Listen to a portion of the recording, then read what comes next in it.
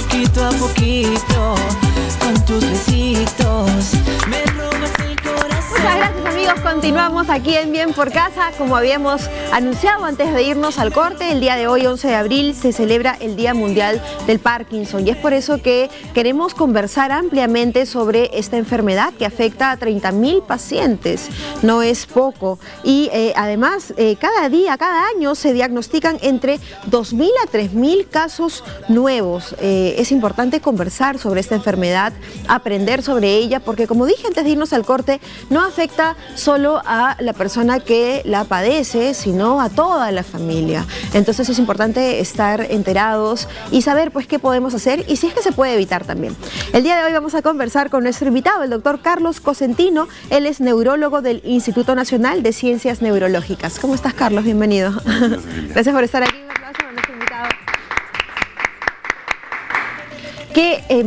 Cuando hablamos de Parkinson, ¿de qué estamos hablando? A ver, la enfermedad de Parkinson es una enfermedad neurológica, es una enfermedad del cerebro, es una enfermedad en donde en ciertas partes del cerebro empieza a haber una especie de un envejecimiento acelerado de ciertas células. Entonces se van muriendo, se van perdiendo y eso ocasiona que ciertas sustancias del cerebro empiecen a disminuir. Sustancias que son importantísimas para varias funciones, entre ellas las más conocidas, las funciones motoras. Entonces, cuando las células empiezan a desaparecer y se llevan una sustancia como la dopamina, que es una de las sustancias más conocidas, empiezan a aparecer los primeros síntomas del Parkinson que la mayoría de gente conoce. Por ejemplo, un temblor en una mano, en una pierna, en las dos manos, una sensación de dureza de los músculos, a la cual le llamamos rigidez muscular, y que los pacientes lo sienten muy bien y lo describen muy bien.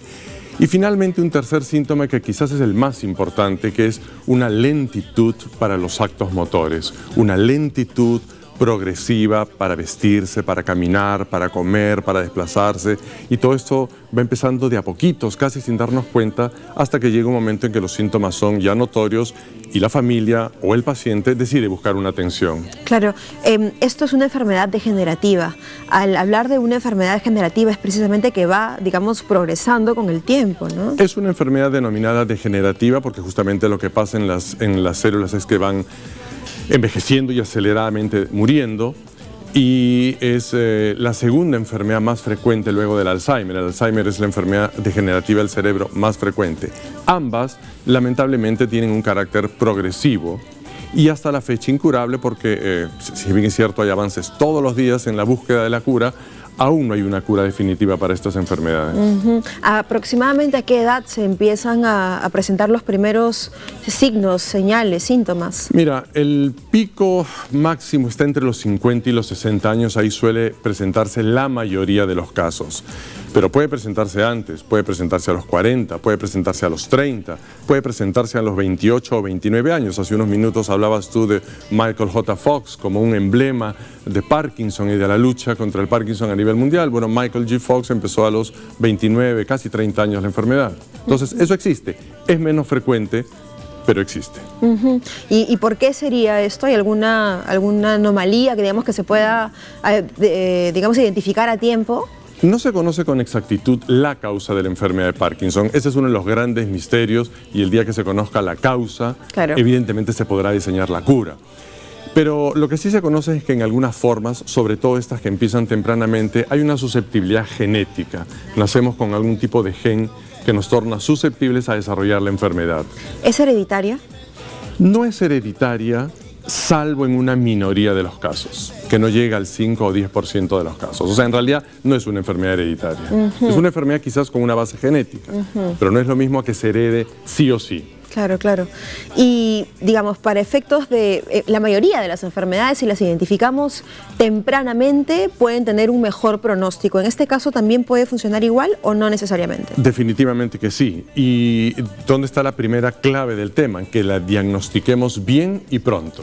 ¿Qué digo diagnosticarla bien? Esta no es una enfermedad que se diagnostique con exámenes auxiliares, con una resonancia, con una tomografía. Esta es una enfermedad que se diagnostica clínicamente, que significa que el médico, el especialista, el neurólogo, que es la persona competente para diagnosticar esta enfermedad, tiene que entrevistar bien, entender bien lo que está sintiendo el paciente y decir, basado en su clínica, esto es enfermedad de Parkinson. Hecho esto, el paciente tiene que entender que tiene una enfermedad que se llama Parkinson y que nos va a acompañar el resto de nuestras vidas y que tenemos que enfrentarla de la mejor forma posible, mejorando las actividades físicas, mejorando la dieta y la nutrición, tomando las medicinas que les prescriba su médico, siguiendo en su trabajo si es que está todavía en época que trabaja o que estudia, en fin, no tendría que modificar sus actividades cotidianas solo por el hecho de haber recibido un diagnóstico de Parkinson. Una vez diagnosticado, evidentemente, bueno, tiene que cambiar el estilo de vida, me imagino, de esta persona, sobre todo adaptarse para la toma de medicación. Aparte de esto, ¿de qué otra forma influye o de qué otra forma modifica la vida de una persona el vivir con esta enfermedad? La familia es un soporte importantísimo. La familia tiene que estar al lado de la persona con Parkinson, el cónyuge, la cónyuge o el resto de la familia, los hijos, y apoyarlo y soportarlo, porque entre otras cosas, el Parkinson no solamente es un problema motor, no solamente es un problema que te vuelves más duro, más lento, más rígido o tiemblas, sino también te afecta un poco al estado anímico. Y la gran mayoría de los pacientes, prácticamente 1 de cada 2 pacientes con Parkinson, caen en un estado de depresión. ¿Esto por ausencia de la dopamina? Entre otras cosas, por ausencia de la dopamina, por ausencia de otras sustancias, porque habíamos dicho que la dopamina no es la única, y otra sustancia, la serotonina, la famosa serotonina, involucrada en la depresión, que también baja. Entonces hay que atacar todos esos componentes que van a ir presentándose durante la enfermedad. Siempre viene así asociado. Casi siempre, casi siempre. Entonces tiene que ser un tratamiento, digamos, multidisciplinario en este caso. Es una enfermedad que demanda un tratamiento multidisciplinario. Necesitamos al neurólogo, necesitamos por ahí a un nutricionista, necesitamos a un terapista físico que ilustre y enseñe a la persona qué tipo de ejercicios hacer el resto de su vida. Necesitamos por ahí a un psicólogo, ¿no?, que le dé ese apoyo, ese soporte a él y a la familia. Es definitivamente un equipo multidisciplinario. Claro. Y me imagino que también en, digamos, dinero representa pues un gasto significativo, ¿no?, para el paciente. La enfermedad de Parkinson, al igual que muchas enfermedades neurodegenerativas, son enfermedades caras, aquí o en cualquier parte del mundo. Las medicinas aún son costosas y son medicinas que con los años cada vez se van tomando más y se van a tomar por el resto de nuestras vidas. Dicho sea de paso, hay que aclarar que el Parkinson no es una enfermedad mortal. Nadie se muere de Parkinson. Entonces, uno va a vivir con la enfermedad de Parkinson y puede vivir muy bien durante 15, 20, 25, 30 años.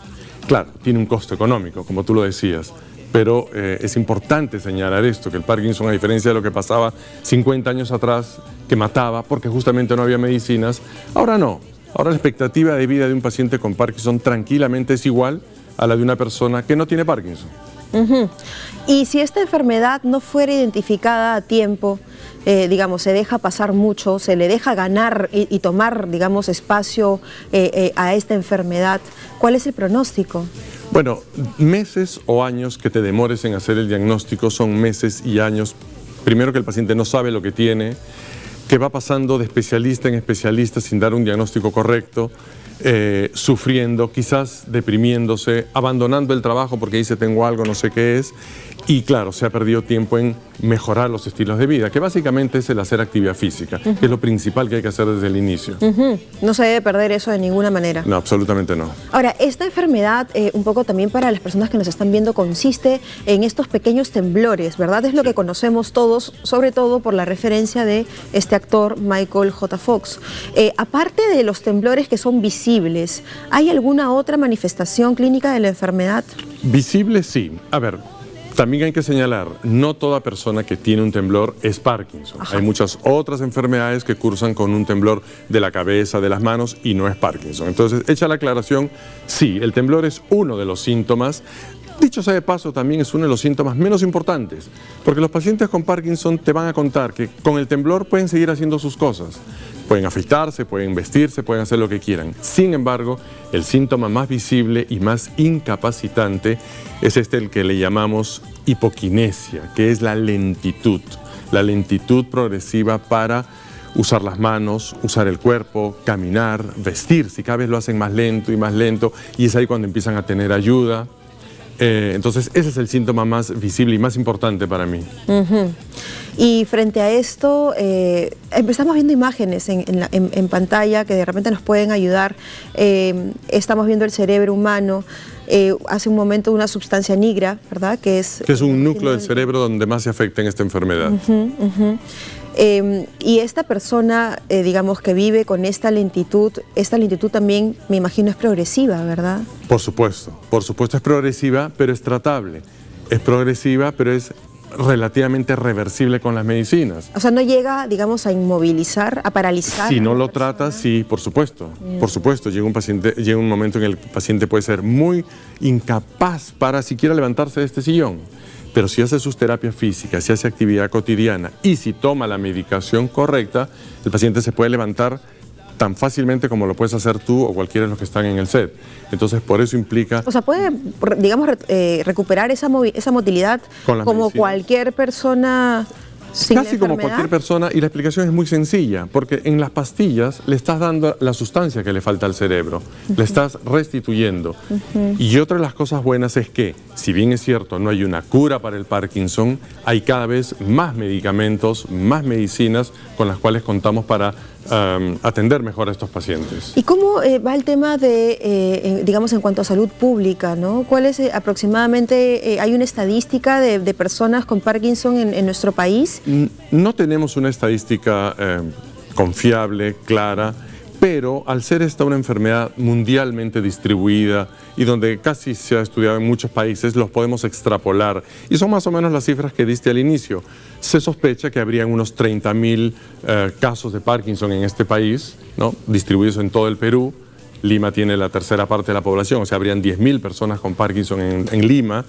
Y cada año se diagnostican más o menos entre 2.000 y 3.000 nuevos casos. Esas es más o menos las cifras. Ahí estamos incluyendo 30.000 pacientes que se atienden en todo nivel. MINSA, Seguridad Social, consultorios privados, fuerzas policiales y que no reciben atención. Ya los años nos han enseñado que hay pacientes que incluso vienen de los Andes, aislados, con muchos años de Parkinson y nunca acudieron a un médico y nunca tuvieron el diagnóstico de Parkinson. Eso existe todavía en nuestro país y eso hay que revertirlo con este tipo de campañas, ¿no?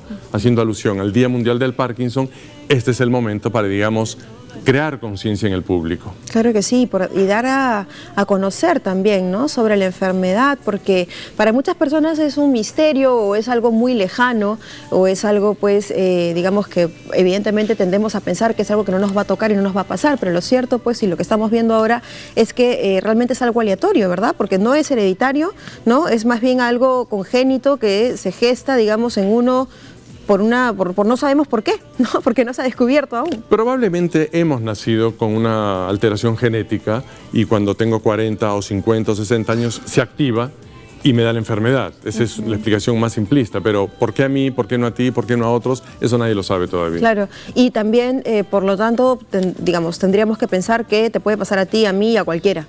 ¿No? O sea que todos estamos, digamos, en un riesgo al mismo nivel de poder tener esta enfermedad, ¿no? Así es. Y por supuesto, pues darle la atención que requiere. Estamos viendo que no es solamente una enfermedad que requiera de las medicinas, evidentemente, para restituir estas sustancias que están faltando en el cerebro, sino que también necesitan de una atención multidisciplinaria en donde se vean involucrados, pues, diferentes áreas, ¿no? Como la nutrición, como la psicología, como la rehabilitación, terapia de rehabilitación, entre otras cosas. Por ejemplo. Terapia de lenguaje también. Sí, la forma de hablar también se afecta. Claro, al afectar los músculos, me imagino, afecta todo. ¿Y qué pasa con los músculos internos? No se corazón, por ejemplo. Se afectan, felizmente. Sí, cierta musculatura autonómica, por ejemplo, la digestión. La digestión se hace muy lenta en los pacientes con Parkinson, el estreñimiento es un síntoma muy prevalente. Por eso es que a los nutricionistas nos tienen que ayudar un poco con el tipo de alimentación para mejorar eso. Pero en general, otros músculos internos de los órganos y las vísceras no se afectan. Básicamente, estos músculos que nos permiten movernos. Muy bien, bueno, realmente interesante este tema, sobre todo, pues, ponernos en autos de lo que significa realmente vivir con esta enfermedad. Y me imagino que hay organizaciones también, ¿no? Me imagino que hay organizaciones donde uno puede contactarse también, siempre. Hay asociaciones de pacientes pacientes, básicamente iniciativas de pacientes. Hay asociaciones a nivel de los hospitales con sus grupos, pero evidentemente las asociaciones mundiales, las americanas, las europeas son muy fuertes, muy bien organizadas, recaudan muchísimo dinero para investigación, lo recaudan para tratar de buscar la cura de esta enfermedad, que es la meta puesta hace ya muchísimos años y que se está demorando un poquitín. Bueno, pues entonces apoyar desde donde nos corresponda y sobre todo pues hacernos nuestros chequeos oportunos, a tiempo, ¿no? Porque ya estamos viendo como en muchas enfermedades, en esta también es importante descubrir a tiempo para poder darle pues una atención cuanto antes mejor. Muy bien, muchísimas gracias, doctor Carlos Cosentino. Gracias por habernos visitado el día de hoy. Nos vamos nosotros a un corte y al volver en nuestra secuencia ¿Cómo haríamos? Vamos a aprender a pintar macetas. Esto es una actividad muy relajante, muy bonita y que por supuesto te va a dejar pues frutos maravillosos porque vas a tener macetas muy bonitas decoradas para regalar, para tener en tu casa, para hacer muchos, para darle muchos usos. Así que nos vamos al corte y regresamos con esto y más aquí en Bien por Casa. No te muevas.